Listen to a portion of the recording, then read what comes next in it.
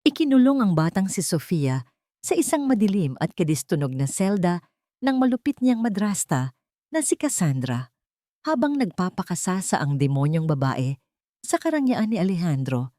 Tinitiis ng bata ang gutom at takot. Baliw ang batang ito, kailangan ng disiplina. Bulyaw ni Cassandra habang itinutulak ang bata sa dilim. Ngunit isang pulang guhit ang maglalantad sa kanyang maruming sikreto. Ngayong gising na ang amang nagbulag-bulagan, paano pagbabayaran ni Cassandra ang bawat luhang ibinuhos ng batang inakala niyang walang kalaban-laban? Ang mahinang paghikbi ang unang gumising sa diwa ni Yaya Elena. Hindi ito isang iyak na malakas. Ito ay isang tunog na tila pilit tinatago sa katahimikan ng malawak na mansyon, isang tunog ng takot na ayaw magpaalam. Isang hindi maipaliwanag na kaba ang biglang gumapang sa kanyang dibdib. Maingat siyang bumangon. Ang bawat galaw ay kinakalkula upang hindi makalikha ng ingay. Ang bawat yabag niya sa makapal na karpet ng pasilyo ay halos walang tunog. Ngunit sa kanyang pandinig, ang dagundong ng kanyang puso ay sapat na para mabasag ang katahimikan ng gabi. Dahan-dahan niyang itinulak ang pinto ng kwarto ni Sofia. Ang mamahaling night lamp sa tabi ng kama ng bata ay nagbibigay ng malamyos na liwanag, sapat lang para makita ang kaguluhan. Ang kama ay walang laman. Ang kumot ay nakabunton sa isang sulok, tila nagkaroon ng isang munting labanan. "Sofia, anak?" Mahinang tawag niya. Ang boses ay bahagyang nanginginig, walang sumagot. Tanging ang marahang ugong ng air conditioner ang kanyang narinig. "Sofia?" Pag-uulit niya, medyo malakas na ngayon. Sinimulan niyang libutin ang tingin ng maluwag na silid. Sa ilalim ng kama, sa likod ng mga kurtina, wala. Ang kaba sa kanyang dibdib ay nag-aapoy na ngayon, nagiging purong takot. Saan nagpunta ang alaga niya? At doon, sa sulok ng silid, napansin niya ang pinto ng walk-in closet na bahagyang nakaawang. Isang hibla ng puting bestida ni Sofia ang naipit dito. Mabilis ngunit maingat niyang nilapitan yon. Itinulak niya ang pinto at ang kanyang puso ay tila piniga nang makita ang bata. Nakasiksik si Sofia sa pinakaloob na bahagi ng aparador, sa likod ng mga nakasabit na damit. Yakap-yakap niya ang kanyang mga tuhod at ang buong katawan ay nanginginig. Ang kanyang mga mata ay nanlalaki sa takot, nakatitig sa kawalan. "Naku, anak ko," bulong ni Yaya Elena, sabay luhod, upang magpantay sila. "Anong nangyari? Bakit ka nandito?" Hindi sumagot si Sofia. Tumingin lamang ito sa kanya, at sa mga mata nito ay nababasa ni Yaya Elena ang isang uri ng takot na hindi para sa isang 8 taong gulang na bata. "May halimaw," halos pabulong na sabi ng bata. "Nasa dilim po, Yaya. Ayaw niya akong tigilan." Yayapos na sana si Yaya Elena nang isang mahinahong boses ang pumuno sa silid. "Sofia, hiya." Sabay silang napalingon. Nakatayo sa may pinto si Cassandra, ang madrasta ni Sofia. Nakasuot ito ng isang sutlang roba. Ang kanyang buhok ay perpektong nakaayos kahit sa gitna ng gabi. Ang kanyang mukha ay nagpapakita ng pag-aalala. Ngunit ang kanyang mga mata ay kalmado. Masyadong kalmado. "Anak, it's just a bad dream," malambing niyang sabi habang lumalapit. "Tita Sandra is here. There are no monsters." Kinuha ni Cassandra si Sofia mula sa pagkakayapos kay Yaya Elena. Sa isang iglap, ang nanginginig na katawan ng bata ay tila nanigas, naging sunod-sunuran. Hinaplos ni Cassandra ang buhok nito at hinalikan sa noo. "Halika, ibabalik kita sa kama mo." Habang paalis sila, isang tingin ang ipinukol ni Cassandra kay Yaya Elena. Isang tingin na nagsasabing, "Ako ang bahala dito." Ngunit sa likod ng pag-aalalang iyon, may ibang nakita si Yaya Elena. Isang bagay na malamig at hindi niya mapangalanan. Kinagabihan, sa malaking hapagkainan, ang katahimikan ay binasag ni Cassandra. Alejandro, mahal. Panimula niya. Ang boses ay puno ng paglalambing habang nakatingin sa kanyang asawa, si Don Alejandro de Villa. I've been thinking about Sophia's night terrors. Tumingin si Don Alejandro mula sa kanyang pagkain. Ang gwapo niyang mukha ay bahagyang nababahiran ng pagod at lungkot, na laging naroon simula nang pumanaw ang kanyang unang asawa. What about it, Sandra? The psychologist said it's normal for her age, given what she went through. I know, but it's getting worse, sabi ni Cassandra, hinawakan ang kamay ng asawa. I was doing some research. May tinatawag na exposure therapy. We create a controlled environment where she can face her fear of the dark gradually, para matulungan siyang ma-realize na wala siyang dapat ikatakot. Nakikinig lang si Yaya Elena mula sa gilid, naghahanda ng juice para kay Sofia na tahimik na kumakain. Anong ibig mong sabihin? Tanong ni Don Alejandro. Ang interes ay napukaw. Gagawin niya ang lahat para sa kanyang anak. Ngumiti si Cassandra, isang matamis at mapanghikayat ng ngiti. I'm proposing we build a special room for her, a therapy room. Isang silid na walang bintana. We can control the lighting. We can make it completely dark and then introduce light slowly.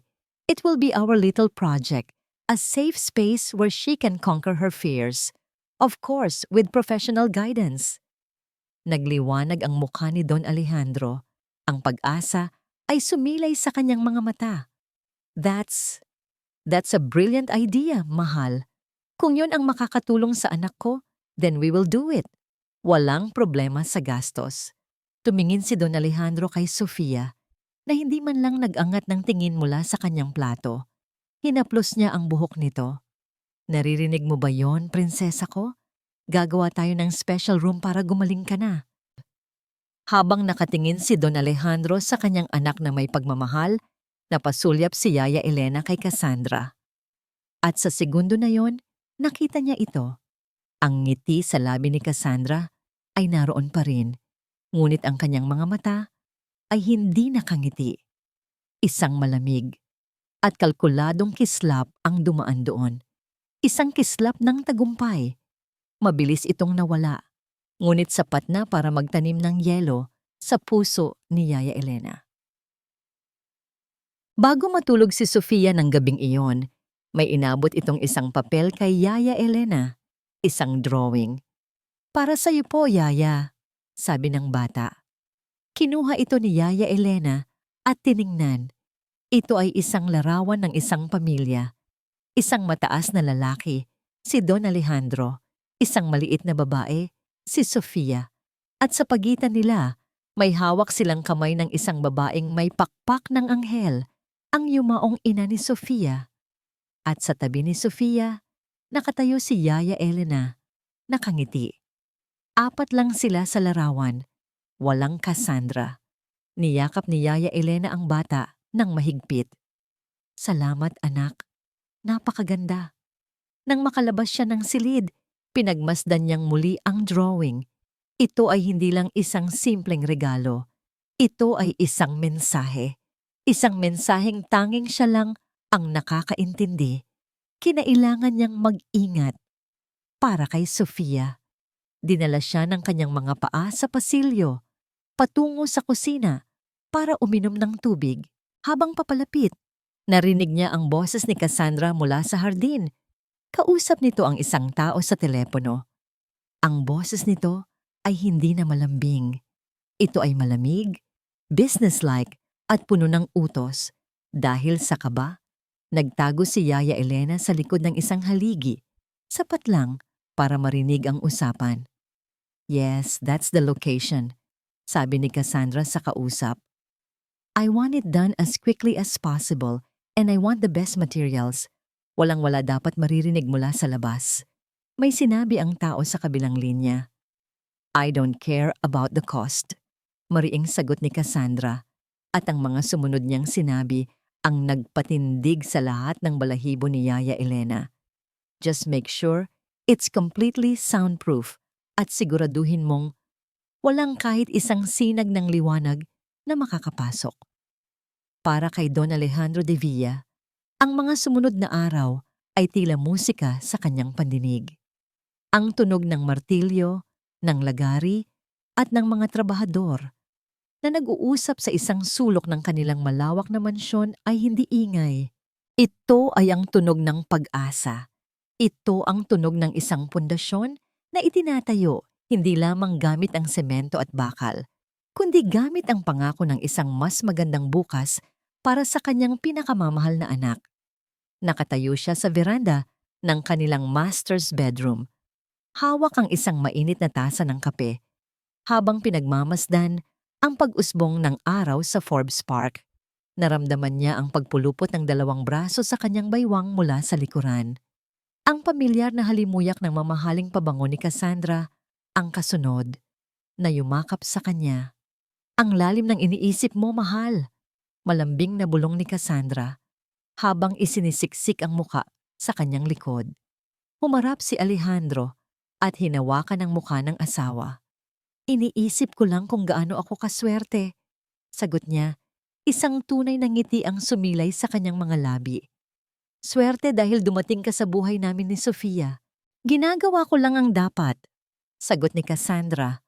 Ang mga mata ay nagpapakita ng perpektong kombinasyon ng pagmamahal at pagpapakumbaba. Mahal ko kayo at gagawin ko ang lahat para muling maging buo ang pamilyang ito. At nagagawa mo na nga, sabi ni Alejandro. Ang boses ay puno ng pasasalamat.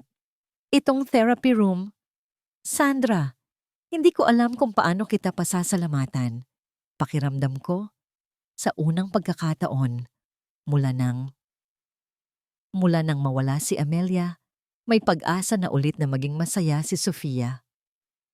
Sa pagbanggit sa pangalan ng kanyang yumaong asawa, isang bahagyang anino ng kalungkutan ang dumaan sa mukha ni Alejandro. Isang kahinaan na hindi nakaligtas sa matalas na mga mata ni Cassandra. Huwag mong isipin yon, mabilis niyang sabi. Hinahaplos ang pisngi ng Don. Amelia will always be Sofia's mother. I am just here to continue what she started. Ang mahalin at protektahan si Sofia. At alam kong kung nasaan man siya ngayon, masaya siya dahil nakikita niyang ginagawa natin ang lahat para sa anak ninyo. Ang mga salitang iyon ay tila balsamo sa kaluluwa ni Alejandro. Tama si Cassandra. Perpekto siya. Siya ang biyaya na ipinadala sa kanya ng langit upang ayusin ang lahat. Kinahapunan, habang nagbabasa ng papeles sa kanyang library, kumatok at pumasok si Yaya Elena. Dala ang isang baso ng malamig na tubig. Sir Alejandro, magalang niyang bati. Yaya, salamat, sabi ng Don, nang hindi inaalis ang tingin sa binabasa. Nag-atubili si Yaya Elena. Hindi siya umalis. Naramdaman ni Alejandro ang kanyang presensya at dahan-dahan siyang nag-angat ng tingin. May problema ba, Yaya? Wala naman po, sir. Panimula ng matanda. Ang mga kamay ay magkasalikop sa kanyang harapan. Nagtatanong lang po. Tungkol po doon sa ginagawang silid para kay Sofia. Ah, yes. The therapy room. Isn't it a wonderful idea? Opo, sir. Pero napansin ko lang po sa plano, wala po itong bintana. Kumunot ang noo ni Alejandro. That's the point, Yaya. It's for exposure therapy. Kailangan kontrolado ang liwanag. Cassandra explained it to me. It's a scientific method. Pero sir, hindi po ba mas lalong matatakot ang bata kung ikukulong siya sa isang lugar na walang kailaw-ilaw? Pag-aatubili ni Yaya Elena, maingat na pinipili ang kanyang mga salita. Isinara ni Alejandro ang folder na hawak. Isang bahid ng iritasyon ang gumuhit sa kanyang mukha. Yaya Elena, I appreciate your concern. I really do. You've been with Sofia since she was a baby. Pero si Cassandra ay nakapag-aral. Alam niya ang ginagawa niya. This is not just some random room. It's a facility designed to help her. Maybe you should trust Cassandra's judgment more.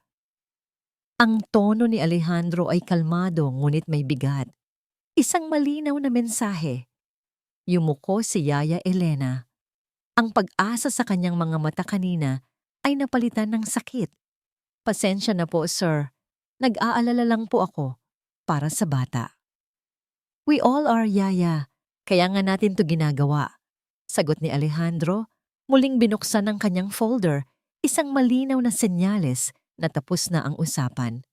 Umalis si Yaya Elena nang walang imik. Napabuntong hininga si Alejandro. Mahal niya si Yaya Elena, ngunit minsan, masyado itong makaluma. Hindi nito naiintindihan ang mga modernong paraan. Marahil ay nagseselos lang ito dahil may bago ng ina si Sofia.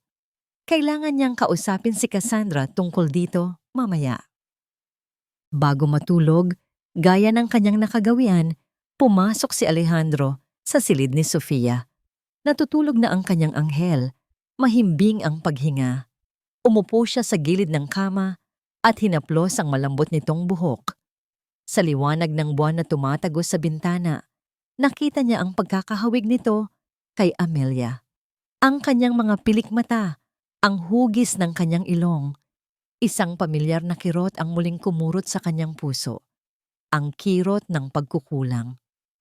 Patawarin mo ako, Amelia, sabi niya sa kanyang isipan. Hindi ko siya naalagaan ng maayos pagkawala mo. Hinayaan kong lamunin siya ng lungkot. Pinagmasdan niya ang payapang mukha ng anak. Para sa kanya, gagawin niya ang lahat. Ibababa niya ang buwan at mga bituin. Kung ang pagtatayo ng isang silid ang magbabalik ng ngiti sa mga labi nito, magpapatayo siya ng 100 silid kung kinakailangan. Ang pagdududa na itinanim ni Yaya Elena kanina ay madali niyang iwinaksi. Ito ang tamang gawin. Kailangan niyang magtiwala. Kailangan niyang maniwala na sa wakas, bubuti na ang lahat.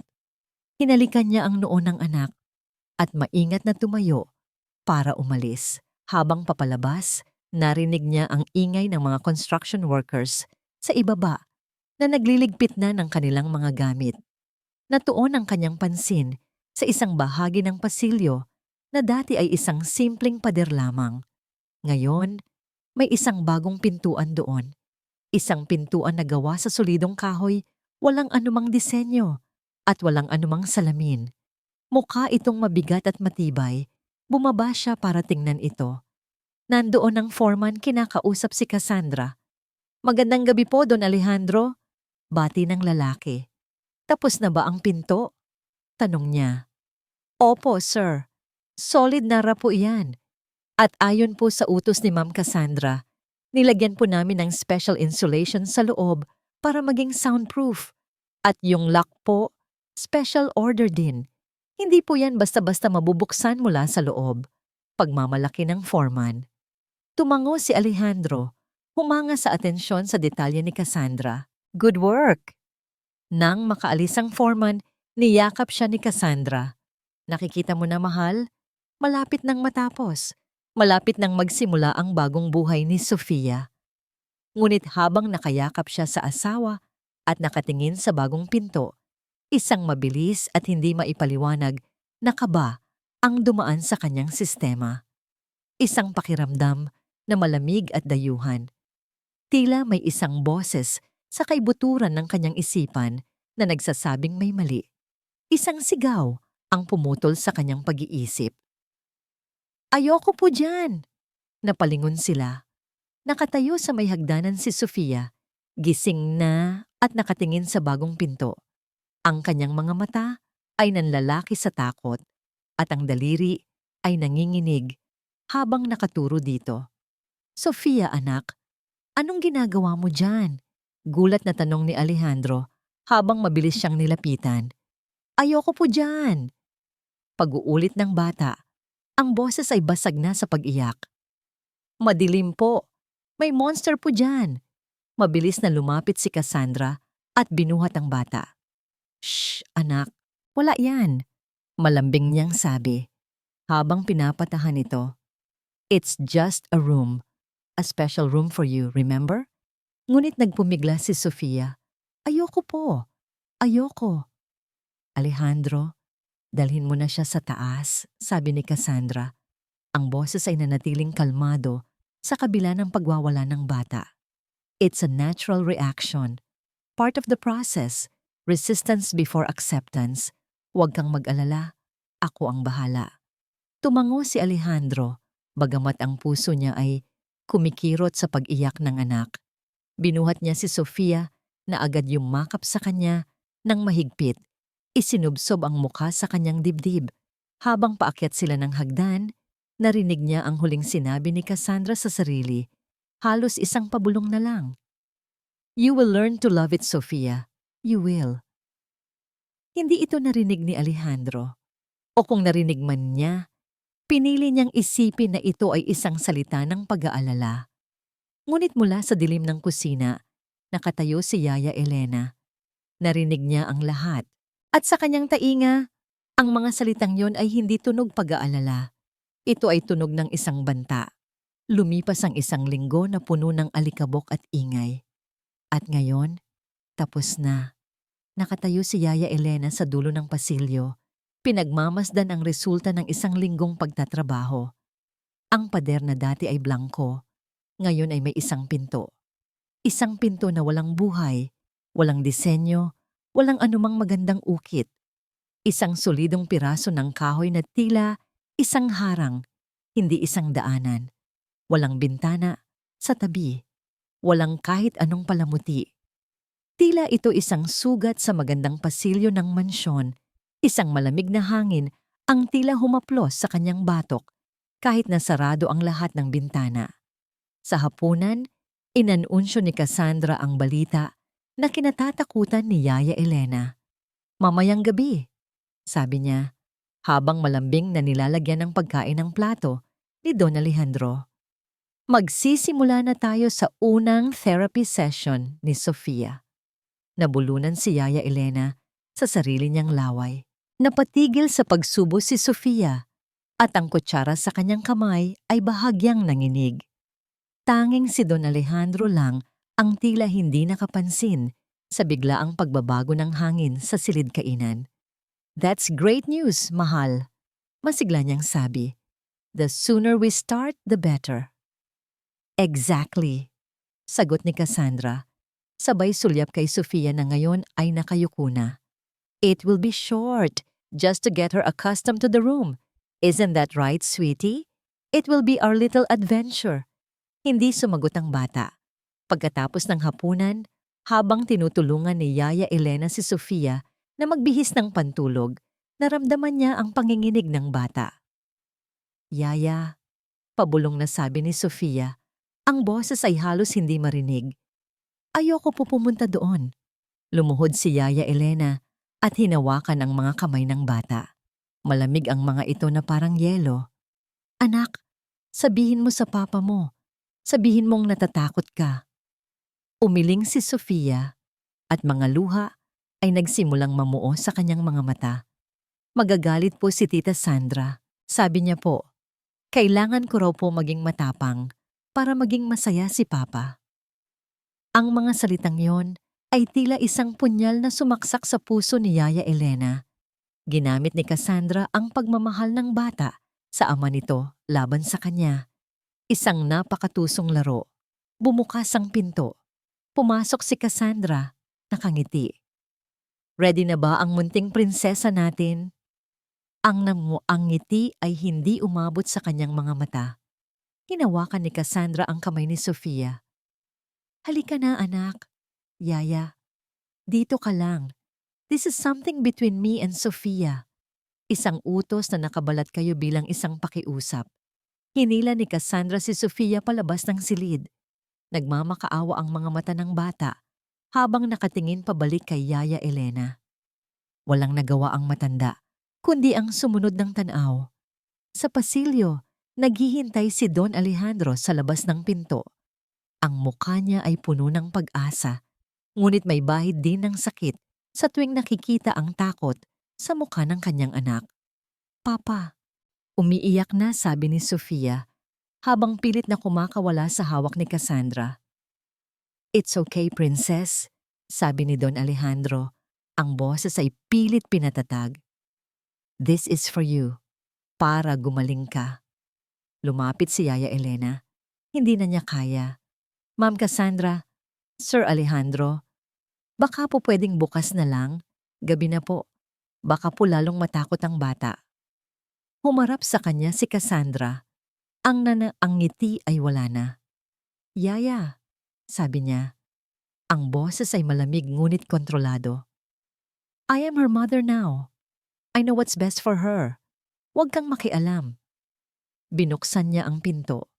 Isang nakakapasong dilim ang sumalubong sa kanila mula sa loob.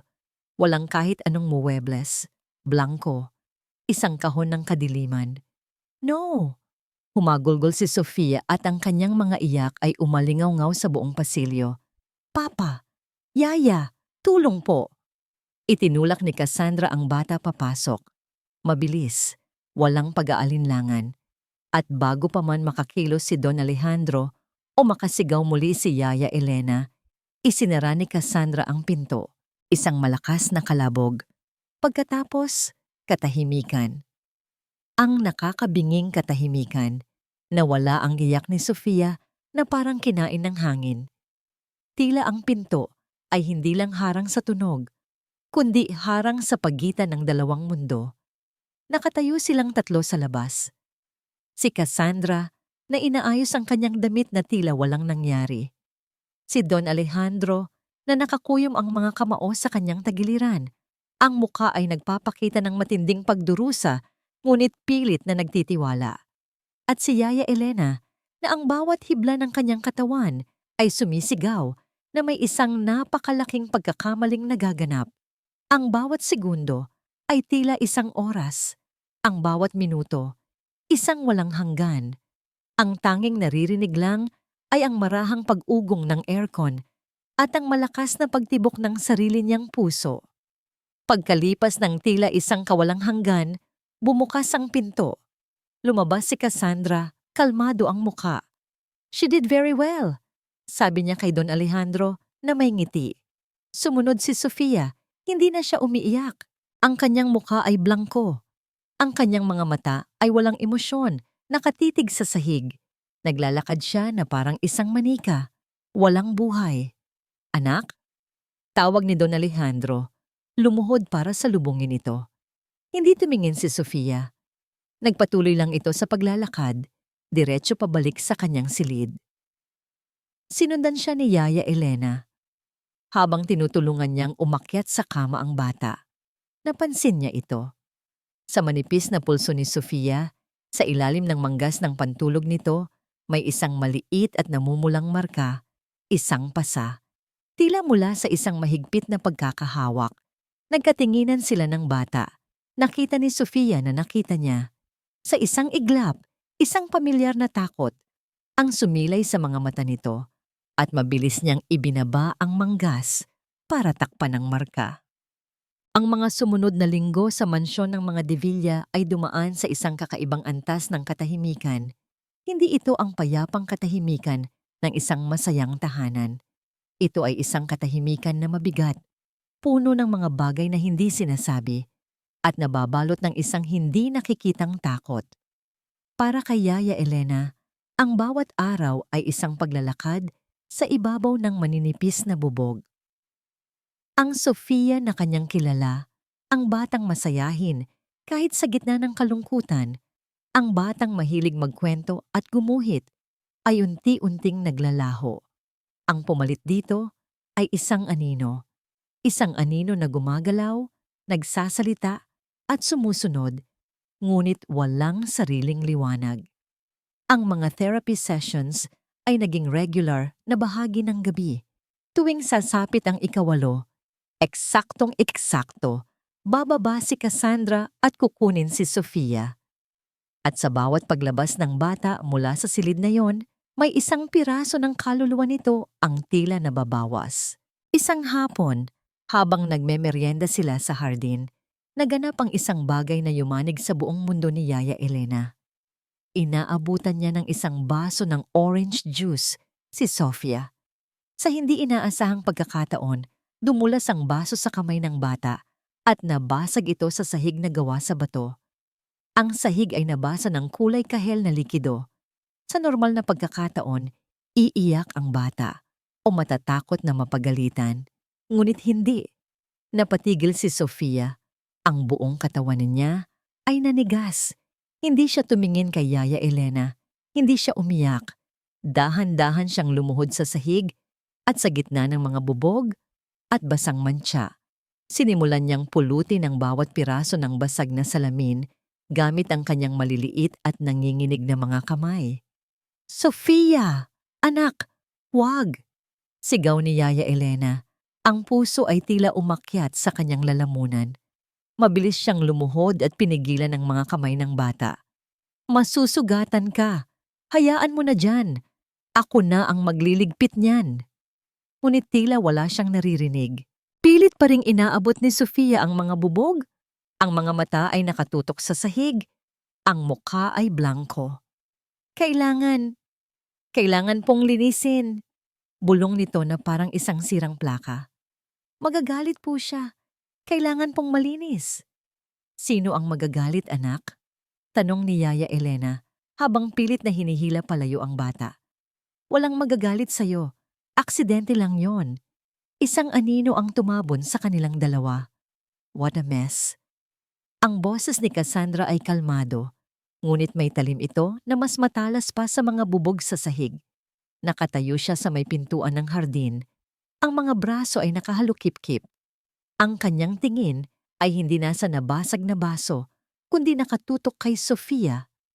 Sa isang iglap, ang katawan ni Sofia ay nanigas na parang bato. Dahan-dahan siyang lumingon sa kanyang madrasta. Ang blankong ekspresyon ay napalitan ng purong, hindi maipaliwanag na takot. I'm sorry, Tita Sandra." Nanginginig na sabi ng bata. "Hindi ko po sinasadya." Gumiti si Cassandra, isang ngiti na hindi man lang umabot sa kanyang mga mata. Lumapit siya at lumuhod din sa tabi nila. "Of course you didn't, sweetie. Accidents happen." Hinaplos niya ang buhok ni Sofia, ngunit ang kilos ay walang bahid ng pagmamahal.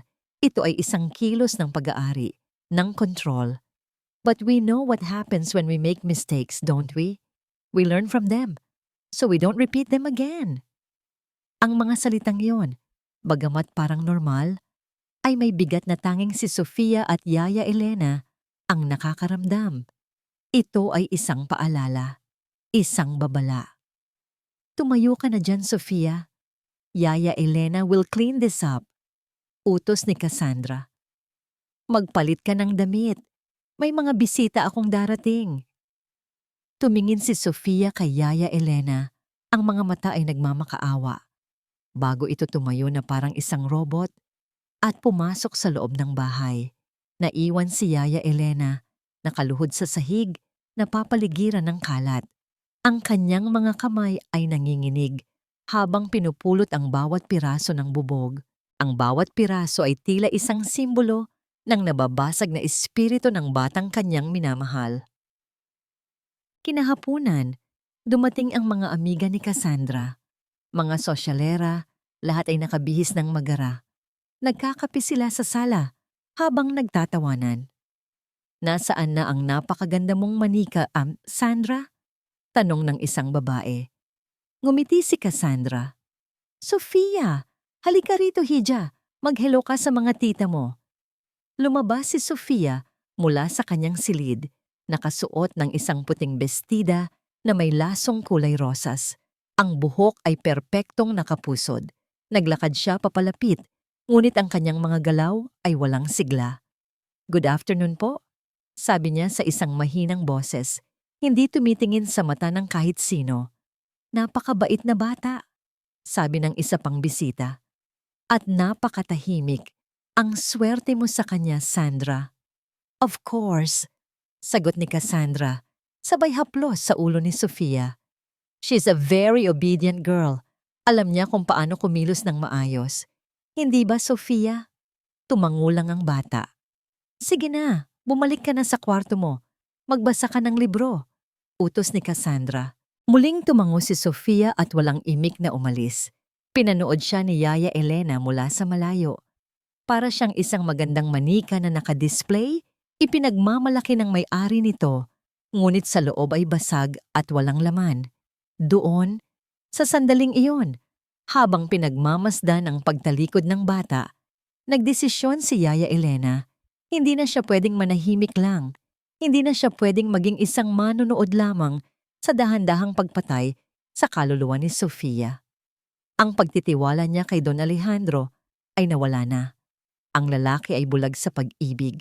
Kailangan niya ng tulong mula sa isang taong makakakita sa kung ano ang nakikita niya. Isang taong may koneksyon sa nakaraan. Isang taong may utang na loob sa tunay na ina ni Sofia Bata. Nang gabing iyon, matapos niyang masiguro na mahimbing na ang tulog ni Sofia, pumasok si Yaya Elena sa kanyang sariling munting silid.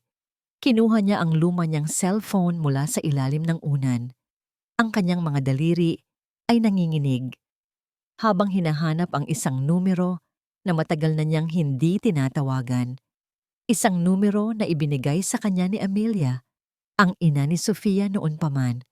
Kung may mangyaring masama sa akin o kay Sofia, sabi nito noon, tawagan mo siya. Mapagkakatiwalaan natin siya. Huminga siya ng malalim at pinindot ang call button. Nagring ito ng ilang beses. Balak na sana niyang ibaba nang may sumagot sa kabilang linya. Hello? Reyes speaking. Isang boses ng lalaki, kalmado at profesional. Hello po. Panimula ni Yaya Elena, ang boses ay nanginginig. Engineer. Engineer Mateo Reyes? Yes, this is he. Who's this? Huminga muli ng malalim si Yaya Elena. Pinipiga ang telepono sa kanyang kamay. Engineer Mateo. Si Elena po ito. Ang yaya ni Sofia de Villa. May ilang segundong katahimikan sa kabilang linya. Pagkatapos, nagbago ang tono ng boses nito. Naging mas alerto. Yaya Elena. Yes, I remember you. Napatawag ka. Kumusta na si Sofia? Dito na nagsimulang bumuhos ang mga luha ni Yaya Elena. Pinigilan niya ang paghikbi. Kailangan ko po ng tulong ninyo, sir. Sabi niya, halos pabulong. Kailangan po kayo ni Sofia. 2 araw matapos ang tawag sa telepono na gumambala sa kanyang gabi. Minamaneho na ni Mateo Reyes ang kanyang pickup truck papasok sa magarang tarangkahan ng Forbes Park.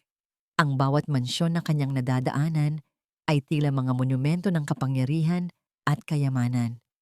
Ngunit para sa kanya, ang isa sa mga ito ay isang hawla at kailangan niyang malaman kung ang kanyang hinala ay totoo. Ang boses ni Yaya Elena sa telepono ay tumatak sa kanyang isipan, puno ng takot, desperasyon, at isang pakiramdam ng pagkaapurahan. May mali po sa bahay, engineer. May mali po kay Ma'am Cassandra. Si Sofia po, nag-iiba na siya. Hindi nagbigay ng detalye ang matanda, natatakot na may makarinig. Ngunit sapat na ang kanyang sinabi para buhayin ang isang lumang pangako na binitiwan ni Mateo sa babaeng minsan niyang itinuring na matalik na kaibigan, si Amelia. Bantayan mo sila para sa akin, Matt. Sabi nito noon, ilang linggo bago ito pumanaw. Huwag mong pababayaan si Alejandro at lalo na si Sofia. Kaya narito siya ngayon, gamit ang isang perpektong dahilan na binuo nila ni Yaya Elena. Isang routine check sa structural integrity ng bahay na siya mismo ang tumulong na idisenyo halos 1 dekada na ang nakalipas. Pagbaba niya ng sasakyan, isang babae ang sumalubong sa kanya sa may malaking pinto. Maganda ito, sopistikada, at may isang nangiti na tila kayang painitin ang pinakamalamig na silid. Ngunit nang magtama ang kanilang mga mata, naramdaman ni Mateo ang isang bagay na iba. Isang matalas na talino na sumusuri, kumakalkula. Engineer Reyes, I presume. I'm Cassandra de Villa. Bati nito, inilahad ang kamay. It's a pleasure to finally meet you. I've heard so much about you from Alejandro.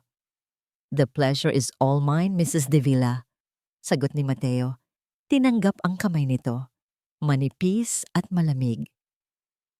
Naisip ko lang na dumaan. May mga bagong building codes kasi. I just want to make sure a few things in the original design are still up to standard, lalo na't luma na rin ang bahay. How very thoughtful of you, sabi ni Cassandra. Ang ngiti ay hindi nawawala. Please come in. Feel at home. Habang naglalakad sila papasok, nilibot ni Mateo ang kanyang paningin. Ang lahat ay pamilyar. Ang matataas na kisame, ang engranding hagdanan, ang mga larawan ni Alejandro at Sofia sa pader. Ngunit may isang bagong larawan na nakasabit sa pinakagitna. Isang family portrait.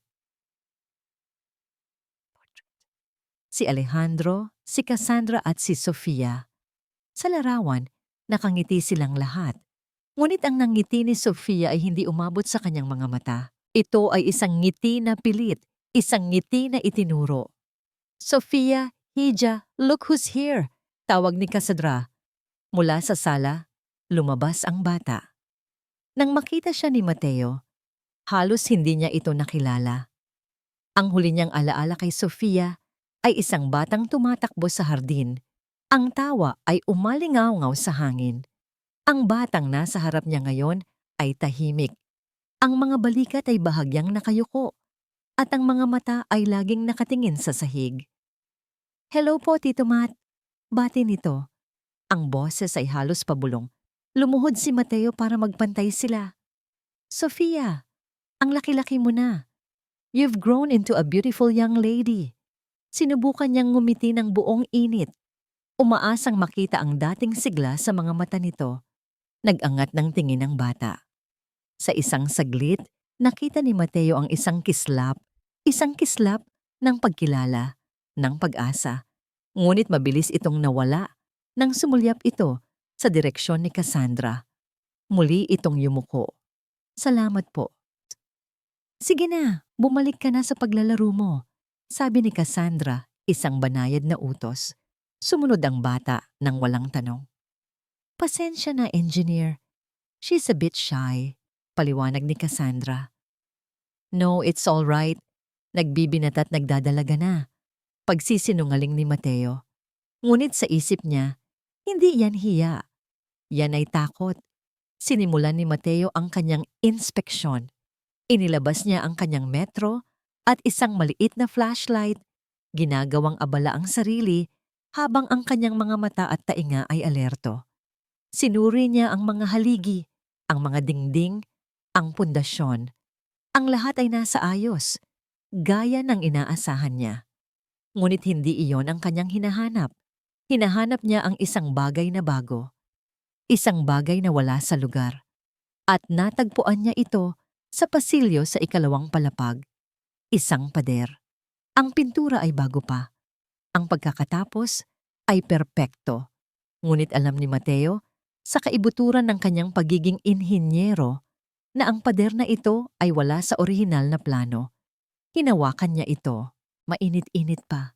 This section is new, sabi niya, na tila nag-iisip ng malakas. Ah, yes, sagot ni Cassandra, na sumusunod pala sa kanya. Pinalagyan ko ng reinforcement. Medyo may narinig kasi akong mga ingay dyan. Just a precaution. Isang kasinungalingan. Alam ni Mateo na walang structural reason para maglagay ng reinforcement doon. Itinuktok niya ang pader gamit ang kanyang mga buko. Tug, tug, tug, isang tunog na buo at solid. Ngunit nang ituktok niya ang isang bahagi malapit sa sahig, nag-iba ang tunog. Tok, tok, tok. Isang tunog na may laman sa loob. May espasyo, may kuwang, isang silid. Hindi siya nagpahalata. Mukhang matibay naman ang pagkakagawa, sabi niya. Pero para makasiguro, I might need to check the original blueprints. Baka may mga wiring or plumbing doon na hindi natin alam.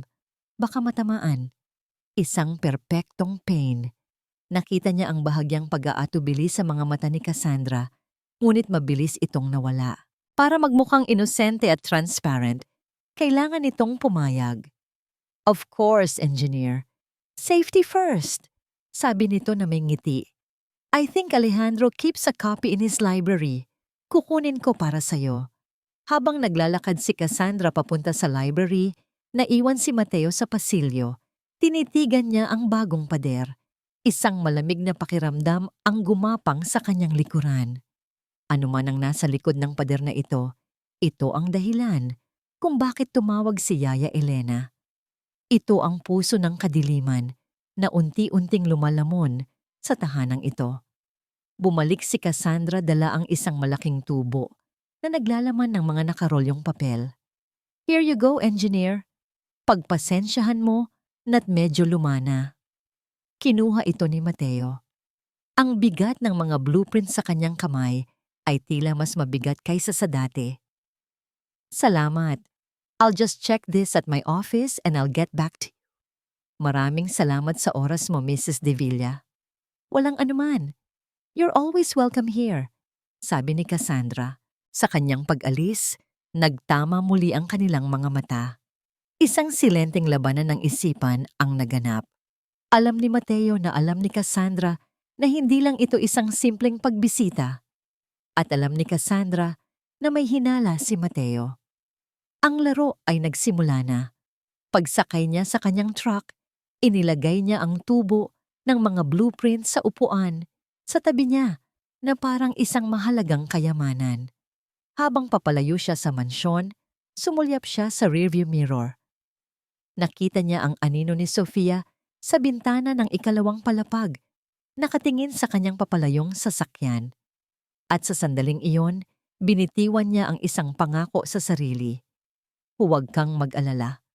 Sofia, babalik si Tito Matt. Aalamin natin ang katotohanan. Ang fluorescent na ilaw sa opisina ni Mateo ay tila masyadong matapang para sa gabing iyon. Lumilikha ng matatalim na anino sa bawat sulok. Sa labas, ang ulan ay humahampas sa salaming bintana. Isang malungkot na ritmo na sumasabay sa mabigat na pagtibok ng kanyang puso. Sa kanyang harapan, nakalatag sa malaking drafting table ang dalawang set ng blueprint. Ang isa ay ang orihinal na kopya mula sa mansyon ng De Villa na medyo naninilaw na sa katagalan. Ang isa naman ay ang personal niyang kopya na maingat niyang itinago sa kanyang mga file sa loob ng maraming taon. Una niyang binuksan ang kopya mula sa mansyon. Ang bawat linya, bawat sukat ay pamilyar sa kanya. Naalala niya ang mga gabing pinagpuyatan nila ni Amelia ang pagdidisenyo. Si Alejandro, abala sa negosyo, ay ipinagkatiwala ang lahat sa kanila. Kayo na ang bahala, sabi nito noon. Basta't magiging masaya si Amelia at ligtas ang magiging anak namin, yon ang mahalaga. Ang bawat sulok ng bahay ay may piraso ng pangarap ni Amelia. Ang malawak na bintana sa sala para makapasok ang liwanag ng araw. Ang hardin na puno ng mga paborito niyang bulaklak. Ang play area na idinisenyo para sa isang batang hindi pa man naisisilang. Hinanap niya ang ikalawang palapag. At doon, sa pasilyo, kung saan niya nakita ang bagong pader, ayon sa blueprint na ito, wala dapat doon kundi isang mahabang, blangkong pader. Walang silid, walang kahit ano. Kinumpirma nito na ang silid ay isang bagong karagdagan. Ngunit bakit? Ano ang layunin nito? Isang hindi maipaliwanag na pakiramdam ang nagtulak sa kanya na buksan ang kanyang personal na kopya. Ito ang final, revised version, isang bersyon na may mga huling pagbabago na tanging siya at si Amelia lang ang nakakaalam. Inilatag niya ito sa tabi ng isa. Sa unang tingin, magkapareho lang sila. Ngunit alam ni Mateo kung saan titingin. Ang kanyang mga daliri ay marahang sinundan ang mga linya sa ikalawang palapag. At doon, huminto siya. Ang kanyang paghinga ay biglang naging mababaw. Sa kanyang kopya, sa eksaktong lugar kung nasaan ang bagong pader, may isang disenyo. Isang maliit na silid na may markang PR Panic Room. Biglang bumalik sa kanya ang lahat.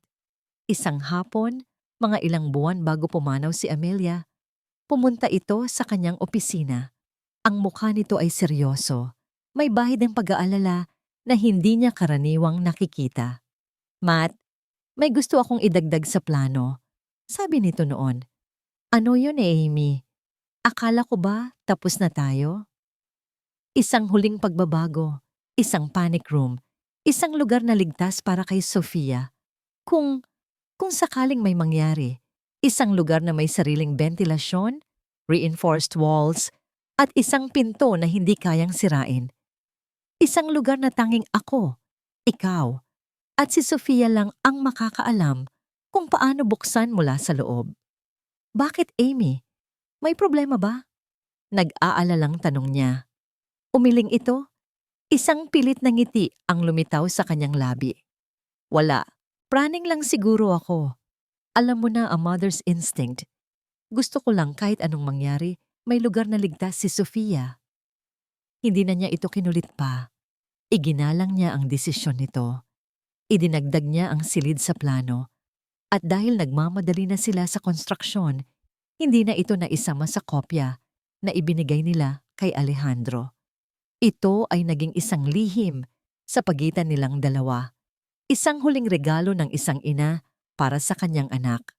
Ngayon, habang nakatitig si Mateo sa dalawang blueprint, ang katotohanan ay tila isang malaking alon na humampas sa kanya. Winasak ang lahat ng kanyang natitirang pagdududa. Ang kopya na ibinigay sa kanya ni Cassandra ay ang lumang bersyon. Ang bersyon na walang panic room. Ibig sabihin, natagpuan ni Cassandra ang orihinal na espasyo. Marahil sa pamamagitan ng pag-aaral sa istruktura ng bahay at ginamit ang disenyo ng isang lugar na dapat ay kanlungan. At ginawa itong isang kulungan na soundproof. Isang kulungan na walang bintana. Isang kulungan na hindi mabubuksan mula sa loob. Ang kabalintunaan ay napakasakit. Ang kasamaan ay hindi mailarawan. Kinuha ni Cassandra ang simbolo ng sukdulang pagmamahal ng isang ina at ginawa itong instrumento ng pagpapahirap. Ito ay hindi lang simpleng pang-aabuso. Ito ay isang paglapastangan sa alaala ni Amelia. Isang nag-aapoy na galit ang umakyat mula sa kanyang sikmura patungo sa kanyang lalamunan. Ang kanyang mga kamay ay ikinuyom niya ng napakahigpit at ang blueprint sa kanyang harapan ay nagusot. Ang mga alaala ng masayang mukha ni Sofia noon ay sumasayaw sa kanyang isipan, kasabay ng blanko at walang buhay na mga mata ng bata na nakita niya kanina. Hindi na ito tungkol sa isang pangako lamang, personal na ito. Mabilis niyang kinuha ang kanyang telepono. Ang kanyang mga daliri ay nanginginig sa galit habang hinahanap ang numero ni Yaya Elena. Hindi na siya maghihintay. Hindi na siya mag-iisip ng susunod na hakbang. Ang bawat segundo na si Sofia ay nasa loob ng bahay na yon ay isang segundong nasa panganib ang bata. Nang sumagot ang matanda sa unang ring pa lang, ang boses ni Mateo ay mababa at puno ng isang nakakakilabot na intensidad. Yaya Elena, sabi niya, ang bawat salita ay may bigat. Makinig kang mabuti. Hindi lang ito isang simpleng silid. Engineer, ano pong ibig niyong sabihin? Nanginginig na tanong ng matanda. Ang silid na yan. Dapat ay para protektahan si Sofia. Ginawa yan ng nanay niya. Huminga siya ng malalim. Pinipigilan ang pag-akyat ng kanyang boses. Yaya, kailangan nating ilabas si Sofia dyan. Ngayon na. Para kay Don Alejandro, ang pagbisita ni Mateo Reyes ay isang bagay na ikinatuwa niya. Isang paalala ng nakaraan. Isang koneksyon sa kanyang yumaong asawa. Kaya naman nagtaka siya nang sa mga sumunod na araw, tila nag-iba ang ihip ng hangin sa loob ng kanilang tahanan. Ang dating kalmadong si Cassandra ay tila laging balisa. Isang gabi, habang nagbabasa siya sa kanilang silid, lumabas si Cassandra mula sa banyo. Ang mukha ay balot ng isang malungkot na ekspresyon. Umupo ito sa tabi niya sa kama. Mahal, panimula nito, ang boses ay mahina. May problema ba? Wala naman. Sagot niya, ibinababa ang kanyang libro. Bakit mo natanong? Huminga ng malalim si Cassandra, tila nag-aatubiling magsalita. It's about Yaya Elena. Kumunot ang noo ni Alejandro. Anong tungkol sa kanya? Kaninang hapon, narinig ko siyang kausap si Sofia sa hardin. Sabi ni Cassandra, ang mga mata ay nagsimulang mamasa. Sinasabi niya sa bata na masama akong ina, na hindi ko raw dapat ginagawa ang therapy. Sinisiraan niya ako sa sarili mong anak, Alejandro. Napatayo si Alejandro, isang biglaang galit ang kanyang naramdaman. Ano? Sigurado ka ba dyan, Sandra? Tumango si Cassandra. Isang butil ng luha ang pumatak sa kanyang pisngi. Alam ko kung gaano kahalaga si Yaya kay Sofia at alam kong matagal na siyang nagsisilbi sa pamilyang ito. Baka nagseselos lang siya. Hindi niya matanggap na may bago ng ina si Sofia. Pero ang sakit, Alejandro. Ang sakit na sa harap ng lahat ng ginagawa ko. Ito ang isusukli niya. Niyakap niya ang kanyang asawa. Ang bango ng buhok nito at ang bahagyang panginginig ng katawan nito ay sapat na para burahin ang anumang pagdududa sa kanyang isipan. Si Yaya Elena. Paanong nagawa niya iyon?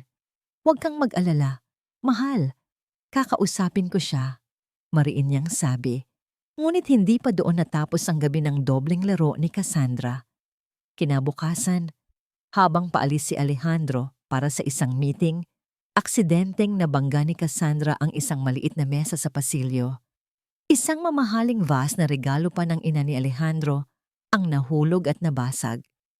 Kasabay nito, lumabas si Yaya Elena mula sa kusina, alerto sa narinig na ingay. Nang dumating si Alejandro sa bahay ng hapong yon, sinalubong siya ni Cassandra na umiiyak.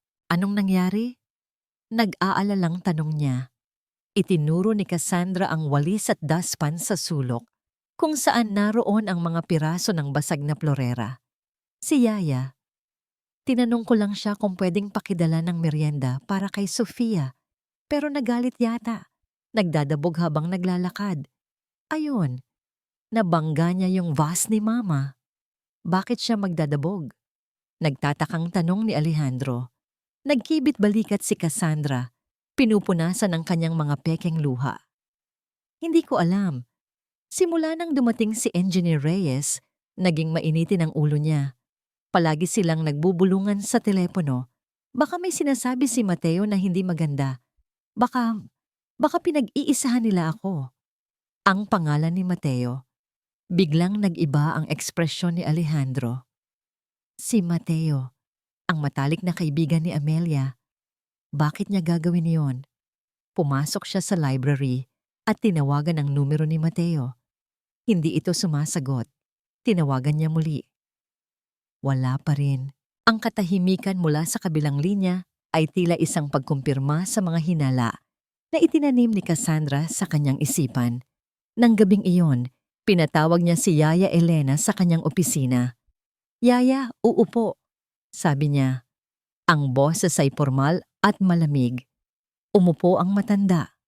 Ang mukha ay puno ng pagtataka. Totoo bang sinisiraan mo si Cassandra kay Sofia? Diretsong tanong niya. Nakita niya ang gulat sa mga mata ni Yaya Elena. Ang gulat ay napalitan ng sakit at pagkatapos ay ng pagtanggi. Hindi po totoo yan, sir. Kailanman hindi ko po gagawin yan. Pero narinig niya kayo, giit ni Alejandro. At ang florera ni Mama. Yaya, alam kong hindi ka pabaya. Pero bakit ka nagdadabog? Sir, hindi po ako ang nakabasag noon. Si Ma'am Cassandra po. Depensa ng matanda. Ang boses ay nagsimula ng manginig. Nagkakamali po kayo ng paniniwalaan, sir. May mali po sa ginagawa niya kay Sofia sa silid na yon. Wala kang alam sa therapy, Yaya. Tumaas na ang boses ni Alejandro. Si Cassandra ang nakakaalam. At si Mateo? Bakit kayo laging magkausap? Anong binabalak ninyo? Natahimik si Yaya Elena. Ang kanyang mukha ay namutla. Hindi niya pwedeng sabihin ang tungkol sa panic room. Hindi pa.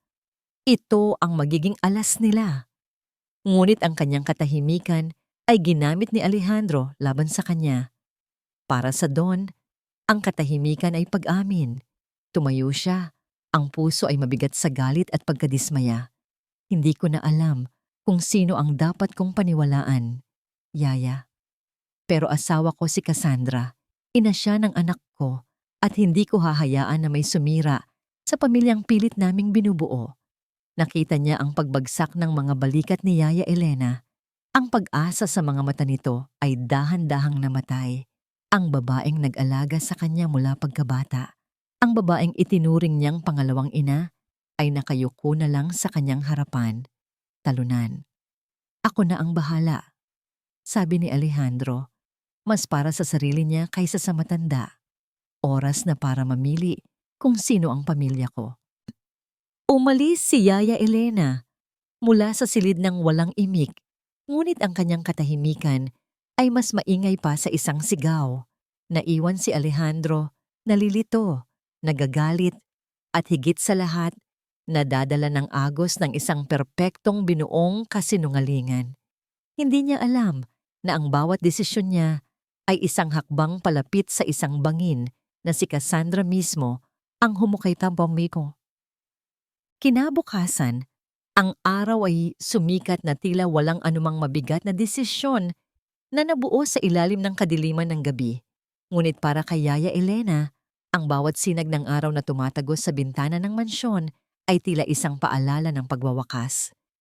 Pagkatapos ng almusal, ipinatawag siya ni Don Alejandro sa library. Nakatayo ito, nakatalikod sa kanya, nakatingin sa malaking bintana. Hindi ito lumingon nang siya'y pumasok. Yaya, panimula nito. Ang boses ay walang emosyon, ngunit mabigat. Nakausap ko na si Cassandra at nagdesisyon na ako. Huminga ng malalim si Alejandro bago humarap. Ang mga mata niya ay pagod. Para sa kapayapaan ng pamamahay na ito at para sa kapakanan ng therapy ni Sofia, I think it's best kung magpapahinga ka na muna, Yaya. Ang mga salita ay formal, magalang. Ngunit ang ibig sabihin ng mga ito ay kasing talim ng isang kutsilyo. Paalisin na kita. Hindi kumibo si Yaya Elena. Ano pa ba ang sasabihin niya? Ang lahat ng kanyang pagtatanggol ay walang silbi sa isang taong bingi. Ang lahat ng kanyang katapatan ay walang halaga sa isang taong bulag. Tanging pagtango na lang ang naisagot niya, isang tahimik na pagsuko. Ihahanda ko na po ang mga gamit ko, sir. Sabi niya, ang boses ay basag. The company will give you a generous retirement package, of course. Sabi pa ni Alejandro, tila para pagaanin ang kanyang konsensya. Lahat ng benepisyo ibibigay sa'yo. It's the least I can do. Salamat po, sir. Sagot ni Yaya Elena. Bago marang tumalikod at lumabas ng silid, iniwan ang lalaking minsan niyang itinuring na parang sariling anak sa gitna ng kanyang ginintuang hawla. Habang nag-iimpake siya sa kanyang maliit na silid, ang bawat damit na kanyang tinitiklop, ang bawat lumang litrato na kanyang itinatago, ay may kasamang alaala ni Sofia. Ang unang pagngiti nito, ang unang paghakbang, ang unang salita. Ang lahat ng yon ay parang mga multo na sumasayaw sa kanyang harapan. Isang katok sa pinto ang pumutol sa kanyang pag-iisip. Pumasok si Sofia. Ang bata ay hindi nagsasalita, ngunit ang mga mata nito ay nangungusap. Nakita nito ang nakabukas na maleta. Naintindihan nito ang lahat. Yaya? Tanong nito. Ang boses ay sinlamig ng yelo. Aalis ka po? Lumuhod si Yaya Elena at niyakap ang bata ng napakahigpit. Dito na bumuhos ang lahat ng luha na kanina pa niya pinipigilan. Sandali lang, anak. Babalik si Yaya. Pangako. Isang kasinungalingan, ngunit ito lang ang kaya niyang ibigay sa sandaling iyon. Nagsimula na ring humagulgol si Sofia. Ang maliliit na kamay ay nakakapit ng mahigpit sa damit ng matanda. Huwag po, Yaya. Huwag niyo po akong iwan. Paano na po ako? Natatakot po ako. Shhh! Sabi ni Yaya Elena. Hinahaplos ang buhok ng bata. Makinig ka, Sofia. Maging matapang ka, ha? Kahit anong mangyari, maging matapang ka. At huwag mong kakalimutan. Mahal na mahal ka ni Yaya. Mula sa may pintuan, tahimik na nanonood si Cassandra. Ang kanyang muka ay hindi nagpapakita ng anumang emosyon, ngunit sa kanyang mga mata, makikita ang isang malamig na apoy ng tagumpay. Isa-isa niyang inaalis ang mga hadlang. Malapit na. Humiwalay sa pagkakayakap si Yaya Elena at may kinuha sa kanyang bulsa. Isang maliit na bagay. Ipinikit niya ang palad ni Sofia at inilagay ito doon. "Itago mo to, anak," bulong niya. "Huwag mong ipapakita kahit kanino, lalo na sa kanya." Isang makahulugang sulyap ang ibinigay niya sa direksyon ni Cassandra. "Kapag pakiramdam mo mag-isa ka na, kapag natatakot ka, hawakan mo lang to at alalahanin mo si Yaya." Tumango si Sofia, humihikbi at mahigpit na isinara ang kanyang palad. "Oras na, Yaya Elena," sabi ni Cassandra mula sa pinto. Ang boses ay walang bahid ng pasensya. Hinalikan ni Yaya Elena si Sofia sa noo sa huling pagkakataon. Isang halik na may kasamang lahat ng kanyang pagmamahal, takot, at isang tahimik na panalangin. "Paalam, mahal ko," bulong niya. Tumayo siya at kinuha ang kanyang maliit na maleta. Hindi na niya magawang lumingon pa. Ang bawat hakbang palayo sa bata ay tila 1,000 karayom na tumutusok sa kanyang puso. Habang naglalakad siya sa mahabang pasilyo, palayo sa nag-iisang pamilyang kanyang kinilala, isang huling sulyap ang kanyang ginawa. Nakita niya si Don Alejandro na nakatayo sa dulo ng hagdan, hindi makatingin sa kanya ng diretso. Nakita niya si Cassandra na may isang munting ng ngiti ng tagumpay sa kanyang mga labi. At nakita niya si Sofia, nakatayo sa labas ng kwarto. Ang muka ay basang-basa sa luha. Ang isang kamay ay mahigpit na nakakuyom. Nang makalabas siya ng malaking pinto at marinig ang pagbagsak nito sa kanyang likuran, doon niya naramdaman ang tunay na kahulugan ng pagkatalo.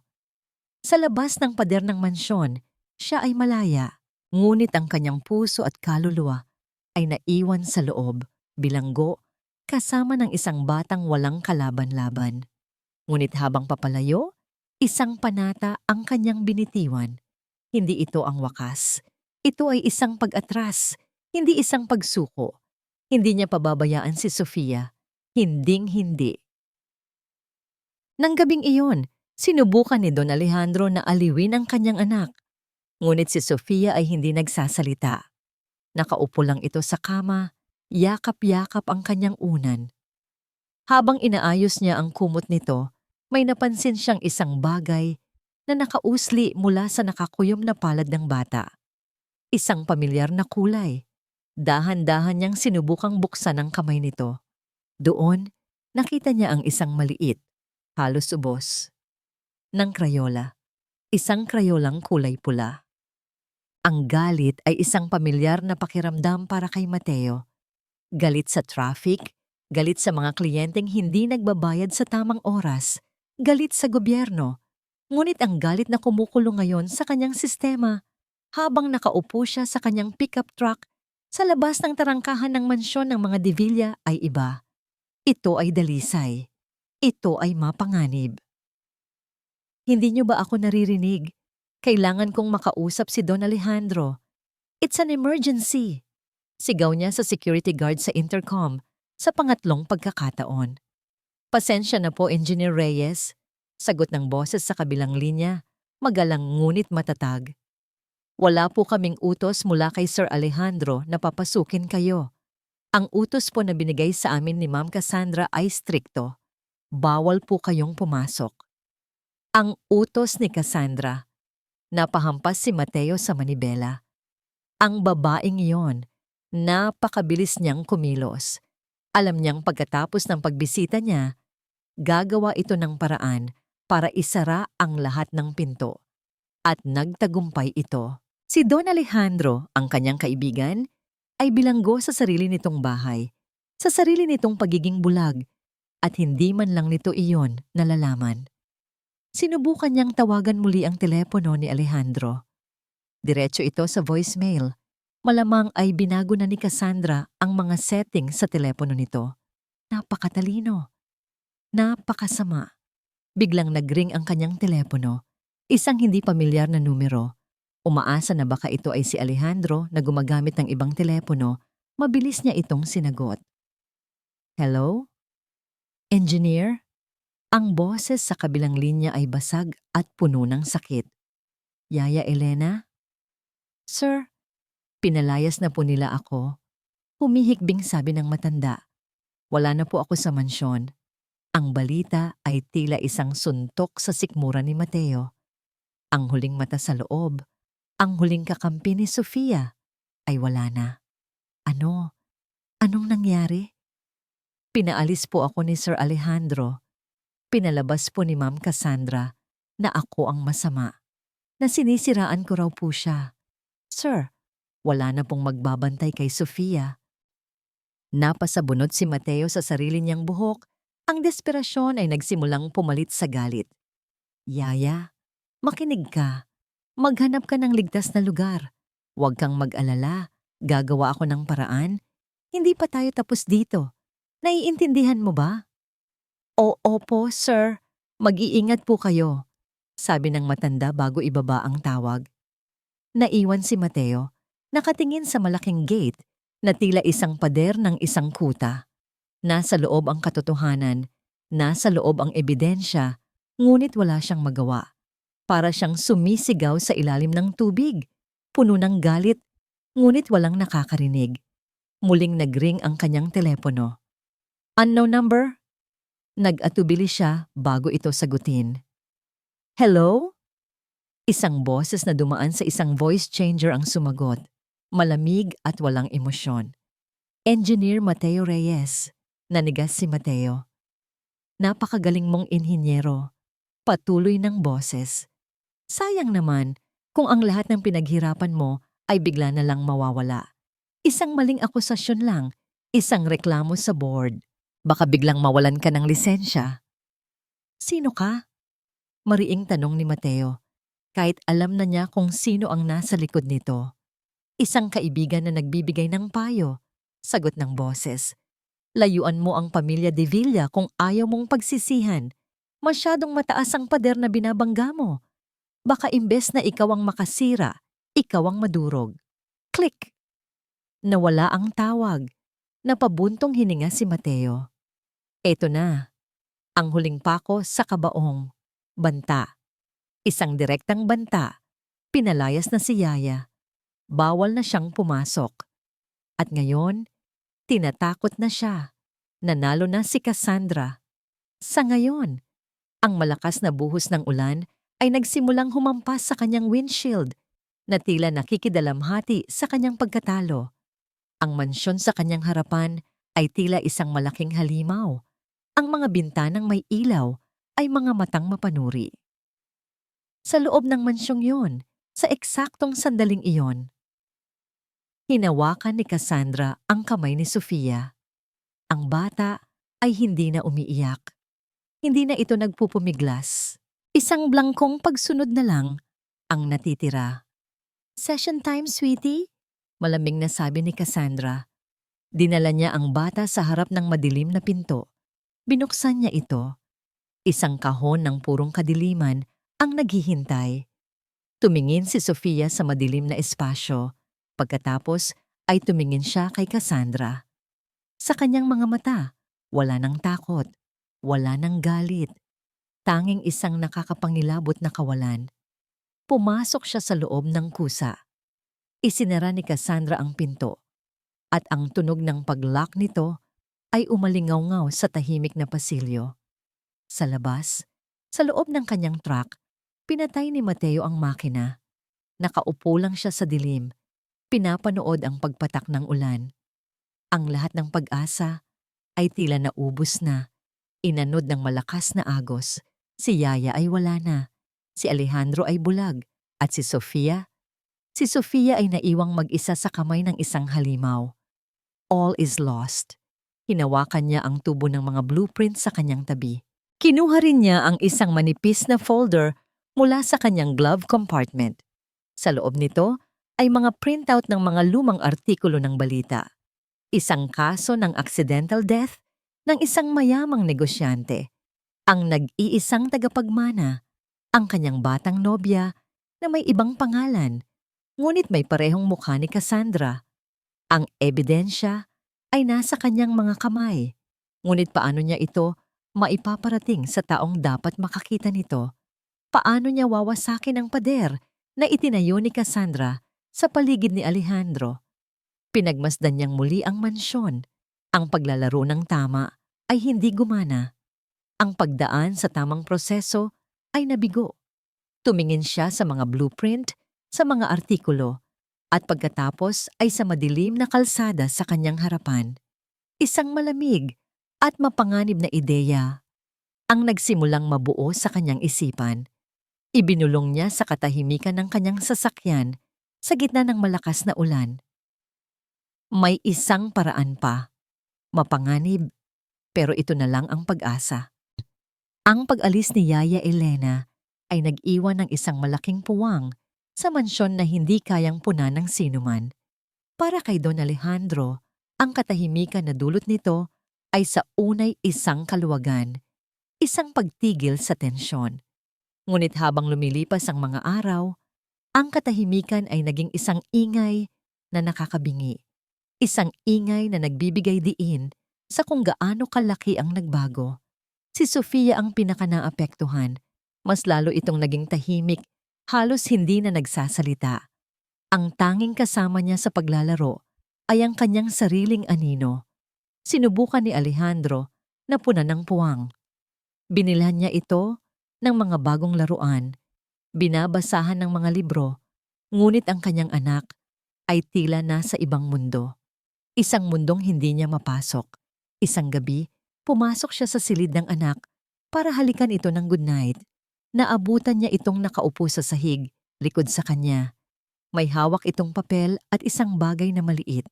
Ang krayolang pula na iniwan ni Yaya Elena. Anong ginuguhit ng prinsesa ko? Malambing niyang tanong. Mabilis na itinago ni Sofia ang papel sa ilalim ng kanyang kama. Ang kilos ay puno ng takot na para bang nahuli ito sa isang ipinagbabawal na gawain. Wala po, Papa. Mabilis nitong sagot. Patingin ako, anak, sabi ni Alejandro. Lumalapit. Umiling si Sofia. Ang mga mata ay nanlalaki. Bawal po. Magagalit po si Tita Sandra. Ang pangalan ni Cassandra ay tila isang pader na humarang sa pagitan nilang mag-ama. Hinayaan na lang ito ni Alejandro. Ayaw niyang pilitin ang bata. Ngunit kinabukasan, habang naglilinis ang bagong katulong sa silid ni Sofia, aksidenteng nakita ni Alejandro ang mga papel sa ilalim ng kama. Kinuha niya ito nang walang nakakakita. Dinala niya ang mga ito sa kanyang opisina at inilatag sa mesa. Ang kanyang puso ay nagsimulang tumibok ng mabilis. Ang mga guhit ay simple. Iginuhit ng isang nanginginig na kamay ng bata. Ngunit ang mga imahe ay nakakapangilabot. Isang maliit na babae na nakakulong sa isang itim na kahon. Isang malaking anino na may mga matang galit, paulit-ulit. Sa bawat papel, may isang babaeng nakakulong sa isang itim na kahon. At sa bawat kahon, may isang maliit na pulang pinto.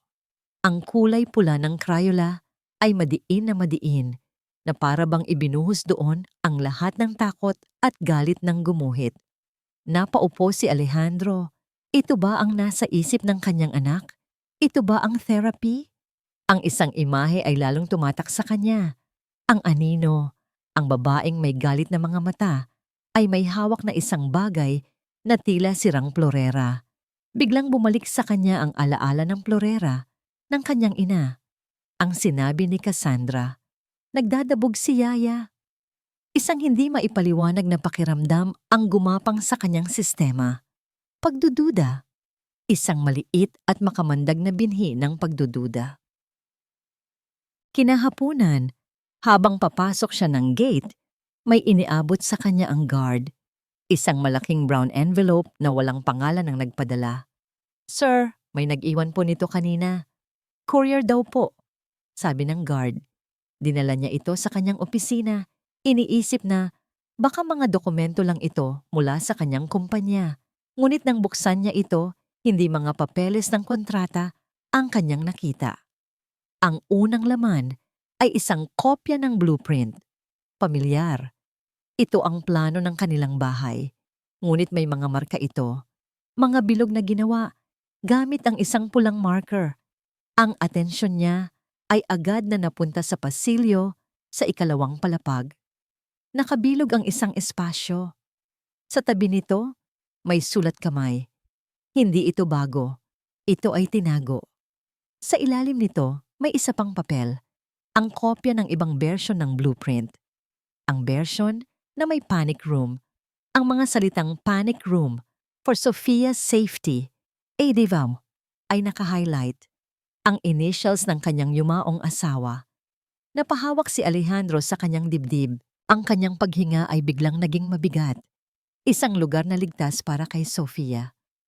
Ang huling laman ng sobre ay ilang mga news clippings, mga luma, naninilaw na papel, tungkol sa pagkamatay ng isang mayamang industrialist sa Laguna. Ang dahilan, heart attack. Ang kaso ay isinara. Ngunit ang larawan ng nobya na nagmana ng lahat ng kanyang yaman. Kahit na iba ang pangalan. Kahit na mas bata ng ilang taon. Ang mga mata, ang ngiti. Si Cassandra. Ang lahat ng hangin sa silid ay tila nawala. Ang mga drawing ni Sophia, ang pulang pinto, ang blueprint, ang pulang marker, ang lumang balita, ang plorera. Ang lahat ng piraso ng puzzle ay biglang nagkabit-kabit sa kanyang isipan. Bumubuo ng isang imahe na napakasama, napakabigat, na halos hindi niya kayang tanggapin. Ang babaeng pinakasalan niya, ang babaeng pinagkatiwalaan niya ng kanyang anak, ang babaeng natutulog sa tabi niya gabi-gabi, ay isang halimaw. Ang kanyang pagiging bulag, ang kanyang katangahan, ang kanyang pagtanggi na makinig kay Yaya Elena. Ang lahat ng yon ay bumalik sa kanya na parang isang malakas na sampal. Bigla, narinig niya ang mga yabag sa labas. Ang boses ni Cassandra, malambing at mapaglaro. Sophia, sweetie, nasaan ka na? It's 8 o'clock. Oras na para sa ating munting adventure. Narinig niya ang mahinang pag-iyak ni Sophia. Tita Sandra, pagod po ako. Huwag nang makulit. Sandali lang naman to. Sabi ni Cassandra, ang boses ay nagsimula nang magkaroon ng bahid ng iritasyon. Napatayo si Alejandro. Ang pagdududa ay naging katiyakan. Ang katiyakan ay naging isang nag-aapoy na galit. Ang kanyang mga kamay ay ikinuyom niya sa ibabaw ng mga ebidensya. Ang kanyang mga mata na dati ay puno ng pag-ibig na bulag, ngayon ay nanlilisik na parang sa isang hayop na nasaktan. Iisa lang ang nasa isip niya. Ang anak ko. Hindi na siya nag-isip pa. Mabilis ngunit tahimik niyang binuksan ang pinto ng kanyang opisina. Dahan-dahan siyang naglakad, sumusunod sa tunog ng mga yabag ng kanyang asawa at anak. Sumusunod sa kanila patungo sa madilim na pinto sa dulo ng pasilyo. At sa bawat hakbang, ang tanging naririnig niya ay ang dagundong ng kanyang pusong puno ng pagsisisi at nagbabadyang paghihiganti. Ang pasilyo ay tila mas humaba at mas dumilim kaysa dati habang sinusundan ni Don Alejandro ang dalawang anino sa kanyang harapan. Ang bawat hakbang niya ay mabigat, tila nakatapak sa libu-libong piraso ng basag na tiwala. Ang malambing na boses ni Cassandra na humihimok kay Sophia ay hindi na musika sa kanyang pandinig. Ito ay ang tunog ng isang ahas, ang himig ng isang demonyo. Nakatayo na sila ngayon sa harap ng pinto. Ang pinto na simbolo ng kanyang katangahan. Pumasok ka na, Sophia. Utos ni Cassandra. Ang pagtitimpi sa boses ay unti-unti nang nawawala. Stop being a brat. Ayoko po. Madilim po. Humihikbing sagot ng bata. I said get in. At doon, hindi na nakapagpigil si Alejandro. Ang galit na kanina pa niya kinikimkim ay sumabog na parang isang bulkan. Cassandra! Ang sigaw niya ay umalingaw-ngaw sa buong pasilyo, puno ng sakit at galit, isang tunog na hindi pa naririnig kailanman sa loob ng tahimik na mansyon na yon. Natigilan si Cassandra. Ang kamay niya ay nasa doorknob pa. Dahan-ahan siyang lumingon. Ang pagkagulat sa kanyang mukha ay mabilis na napalitan ng isang kalkuladong kalma. Si Sofia sa kabilang banda ay napatingin sa kanyang ama. Ang mga mata ay puno ng luha ngunit may isang munting kislap ng pag-asa. Alejandro? Mahal, anong ginagawa mo? Tanong ni Cassandra. Sinusubukang bawiin ang kontrol sa sitwasyon. You're disrupting her session. Session? Ulit ni Alejandro. Ang bawat salita ay may kasamang pait. Naglakad siya palapit. Ang kanyang anino ay tila lumamon sa kanila. O dapat ko bang sabihing, torture session? Nakita ni Cassandra ang pagbabago sa mga mata ng kanyang asawa. Ang dating maamong tupa ay naging isang lobo. Nawala na ang pag-ibig, nawala na ang pagkabulag. Ang natitira na lang ay isang hukom. I don't know what you're talking about, sabi niya. Ang boses ay nagsimulang manginig. Hindi na nagsalita si Alejandro. Sa halip, sa isang mabilis at marahas na kilos, hinablot niya ang pinto mula sa pagkakahawak ni Cassandra at itinulak ito ng malakas. Bumukas. Isang parisukat ng purong kadiliman ang sumalubong sa kanila. Tila isang bibig na handang manlamon. Isang malamig at mabahong hangin ang huminga palabas mula sa loob. Ang therapy room ni Cassandra. Papa! Ang sigaw ni Sofia ay puno ng pananabik at takot. Tumakbo ito papunta sa likuran ng kanyang ama. Kumakapit ng mahigpit sa kanyang binti na para bang ito ang tanging ligtas na bagay sa buong mundo. Humarap si Alejandro kay Cassandra. Ang mukha niya ay isang maskara ng galit na hindi pa nakikita ng babae kailanman. Anong ginagawa mo sa anak ko sa loob ng kwartong yan? I'm helping her. Sigaw pabalik ni Cassandra. Ang pagkukunwari ay tuluyan ng nawala. Something you failed to do. Masyado kang abala sa pagluluksa mo sa patay mong asawa kaya hindi mo nakita na nasisira na ang anak mo. Kaya sinira mo pa siya lalo? Dagundong ni Alejandro. Pumasok siya sa kanyang opisina at kinuha ang mga papel sa ibabaw ng kanyang mesa. Bumalik siya at inihagis ang mga ito sa sahig sa paanan ni Cassandra. Ang mga drawing ni Sofia, ang mga blueprint, ang mga lumang balita. Ipaliwanag mo to, utos niya. Ipaliwanag mo ang panic room na ginawa ng asawa ko para protektahan ang anak namin. Ipaliwanag mo kung bakit ginawa mo itong isang Bartolina. Ipaliwanag mo kung sino si Maricela de Guzman. Sa pagbanggit ng kanyang dating pangalan, ang lahat ng kulay ay nawala sa mukha ni Cassandra. Ang maskara ay tuluyan ng nalaglag. Ang babaeng sopistikada at kalmado ay naglaho. Ang pumalit dito ay isang taong nasa bingit ng pagkatalo, isang hayop na na-corner. Isang nakakakilabot na tawa ang kumawala mula sa kanyang mga labi. Hindi ito tawa ng saya. Ito ay tawa ng kabaliwan. Oo, ako nga yon. Pag-amin niya, ang boses ay matinis at puno ng kamandag. Ano ngayon? Ang tatanga ninyong lahat. Kayong mga mayayaman. Akala nyo, kontrolado nyo ang mundo. Isang matamis na ngiti lang, isang pekeng luha, at nahuhulog na kayo sa aking mga kamay, katulad ng matandang yon sa Laguna, at katulad mo, Alejandro, napakadali mong nauto. Bawat salita ay isang saksak sa puso ni Alejandro. Ngunit hindi na ito ang oras para sa sakit. Ito ang oras para sa hustisya. You're a monster, sabi niya. Ang boses ay malamig na. Monster? Ulit ni Cassandra. Ginawa ko lang kung ano ang kailangan para mabuhay. Kayo ang mga halimaw. Ipinanganak na may gintong kutsara sa bibig. Hindi alam ang hirap. Ang sa akin ay dapat sa akin. Sa gitna ng sigawan, dahan-dahang lumuhod si Alejandro at niyakap si Sofia. Isinubsob niya ang kanyang mukha sa buhok ng anak. Nilalanghap ang amoy nito. Patawarin mo si Papa, anak. Bulong niya, ang boses ay basag na sa pagsisisi. I'm so sorry. Patawarin mo ako. Hindi na. Hindi na ulit mangyayari to. Ligtas ka na. Niyakap din siya ni Sofia pabalik. Sa unang pagkakataon sa loob ng mahabang panahon, isang tunay na emosyon ang bumalik sa mga mata ng bata. Isang emosyon ng kaligtasan. Tapos na ba ang drama? Mapanguyam na tanong ni Cassandra. Huwag kang mag-alala, Alejandro. Sa oras na makuha ko ang gusto ko, malaya na kayo. Isang pamilyang baliw at sira.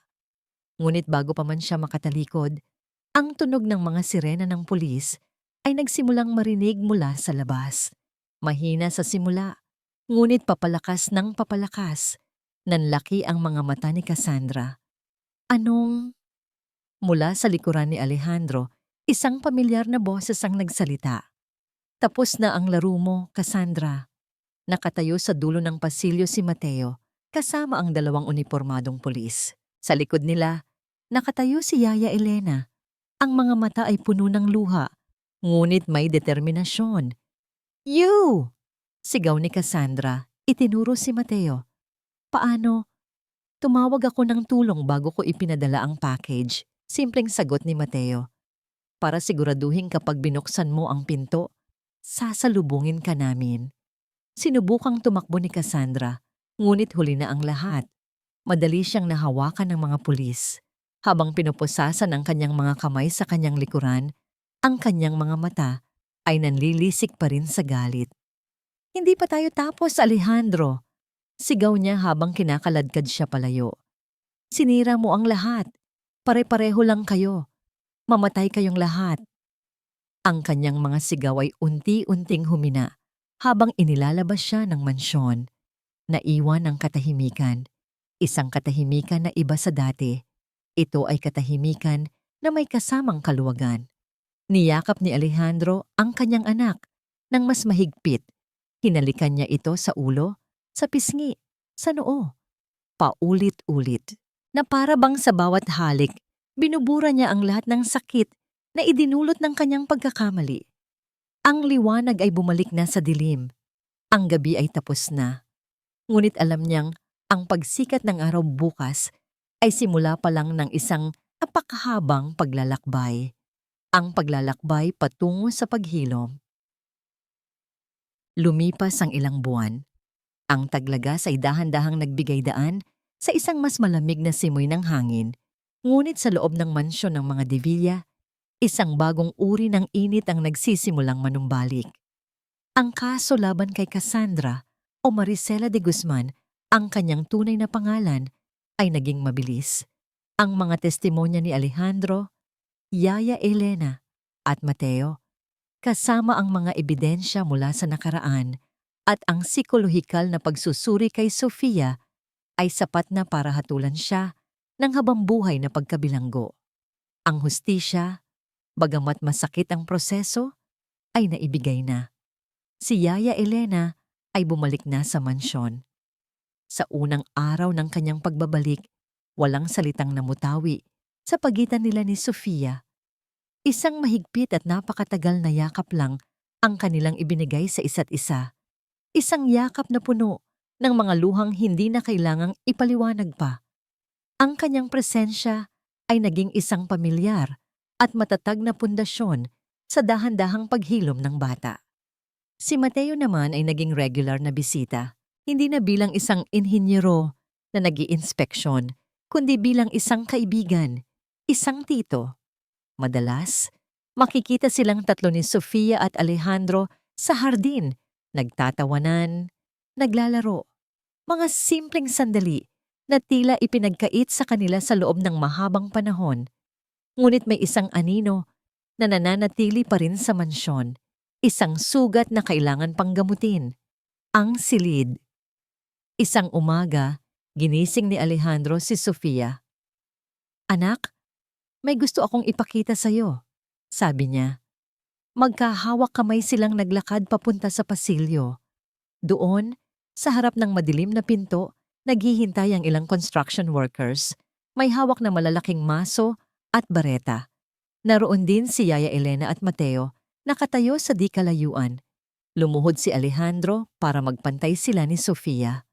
Anak, ang lugar na ito, nagdulot ito sa atin ng sobrang sakit at takot. Panimula niya, ang boses ay malumanay. Pero hindi ito ang may kasalanan. Ginamit lang ito sa kasamaan. Ang totoo, ginawa ito ng mama mo para protektahan ka. At ngayon, ibabalik natin ito sa liwanag. Tumingin si Sofia sa pinto. Pagkatapos ay sa kanyang ama. Sa unang pagkakataon, walang takot sa kanyang mga mata. Tanging pag-unawa. Tumayo si Alejandro at tumingin sa foreman. Gibain niyo na, utos niya. Ang unang hampas ng maso sa pader ay umalingaw-ngaw sa buong kabahayan. Blag! Kasunod ng isa pa. Blag! At isa pa. Blag!